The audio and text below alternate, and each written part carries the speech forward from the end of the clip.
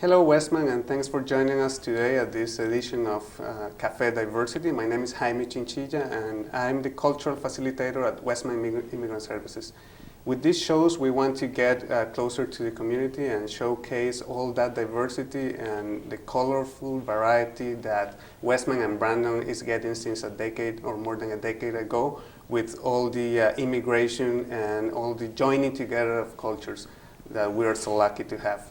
Today, for our show, we have the pleasure to have on the set Joy Escalera, Claudia Colocho, and Natty Delbridge. They have in common that they work for Westman Immigrant Services, but they are also going to talk about their experiences about their immigrant journey. So we're going to start with introducing ourselves. So Joy, can you tell us a bit about yourself and why are you here in Brandon?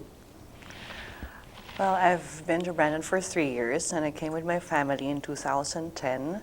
And like the thing that like made me move to Brandon is that my mom has been here for years, so we thought of like reuniting with her. That's why we're here. Claudia, you come from a tropical country in Central America called El Salvador. Can you tell us a bit about yourself and about El Salvador as well? Well, my name is Claudia Colocho, and I'm very happy to be with you guys today here. I moved to Canada in 2005 from El Salvador, as you said. My reason for moving to Canada is because I needed to work. I was taking my last year of university back home, and because of financial situation, I couldn't afford it anymore. So I moved to work, and with time, I decided to stay. And a lot of people ask themselves why we come from tropical countries to this cold weather. But Natty can also, you have been here for a long time, maybe longer than the three of us. Can you tell us a bit about yourself too, and what have you been doing in Brandon? Okay, well, my name is Natty Delbridge, and I work for Westman Immigrant Services as a settlement facilitator, as well as Claudia. And I've been here since 1990. That's a long time ago. More than 2 decades. I came here as a nanny, actually, and I work for a very nice family. Still in contact with them.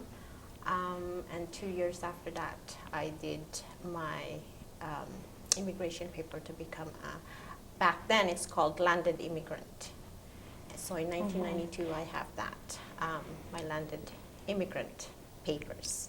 So 1992, that's about more than 20 years that you have been living in Brandon. That's probably a record. How was Brandon back then?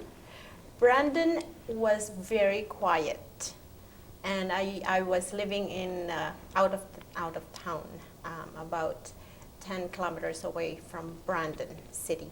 So to come to town is really hard. You have to have your own vehicle. But since I was new, I didn't know how to drive, and so I have to rely on my employer to take me to town. So you said Brandon was very quiet, and for some of us immigrants, Brandon is still quiet, although it's growing and it's every time busier, and we have a lot of traffic every day now. But coming from the Philippines, how many people are there in the Philippines? And what did you feel the first time that you came in Brandon and noticed that difference in how busy it is? How many millions? 99 million? It's millions. Yeah, yes. Millions of people. And yeah, that was true. The quietness, like it's so quiet to be comfortable. Like it was like in the Philippines, I live in the city and it's too busy there. Like 24 hours, there's cars in the streets, people in the streets. And when I came here, it was just like, where are the people and why is it so quiet? So, yeah. And the traffic is horrible in the city. So you would say that maybe that's one of the things that attracts people about Brandon. It's quiet and it's peaceful? yeah, peaceful and safe, I would say. Safe. That seems to be like the key word for a lot of people. Now, coming from El Salvador, El Salvador is a country that has